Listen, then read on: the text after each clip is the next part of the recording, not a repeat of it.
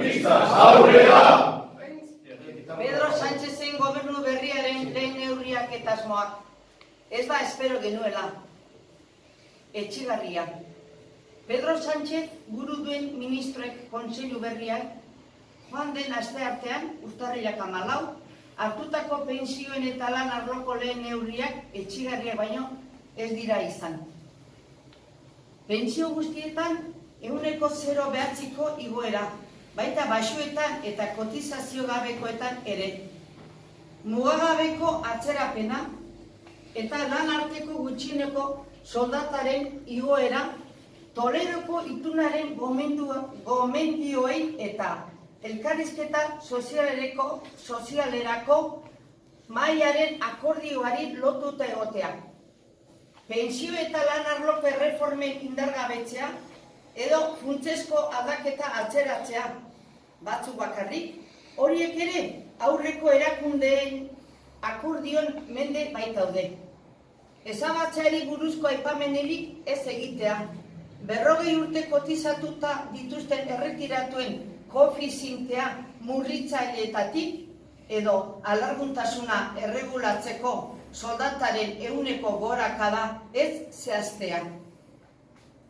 Eta esaten digunean 0,9ko igoerarekin, naiz eta gero urtarrilaren batetik atzera eraginez zuzendu eta ordaindu, pentsiodun guztien erosteko ahalmena bermatzen duela.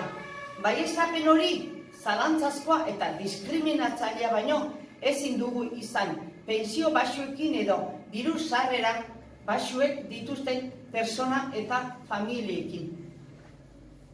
Herritar gehienetan oinarrizko beharren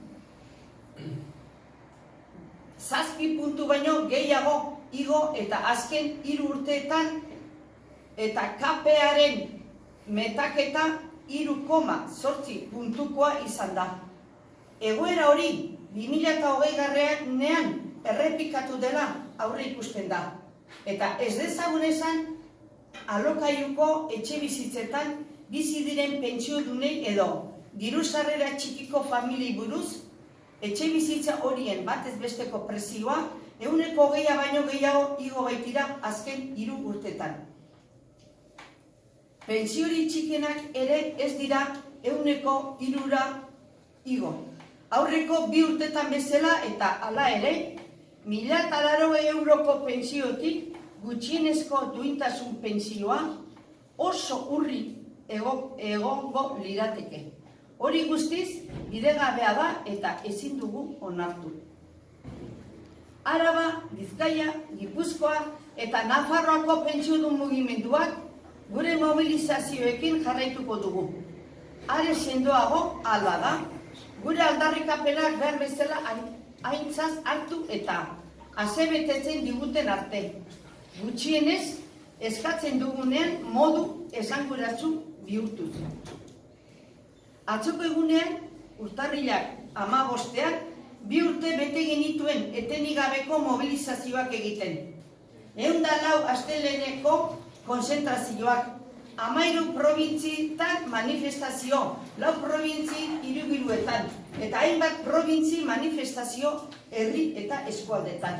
Eta urtarrilaren 30ean kalera aterako gara, gure indar guztiekin parte hartzera, eta babestera Hego Euskal Herri osoan egun horretan deitutako manifestazio edo greba orokorrera.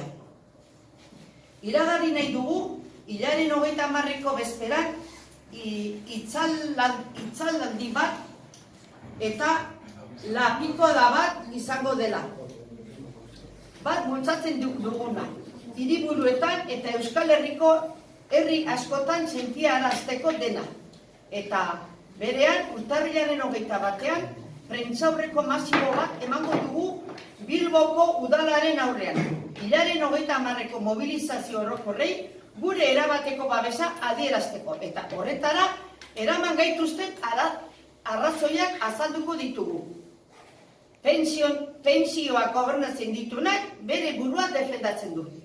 Araba, Gipuzkoa, Bizkaia eta Nafarroako pentsiodunen plataforma.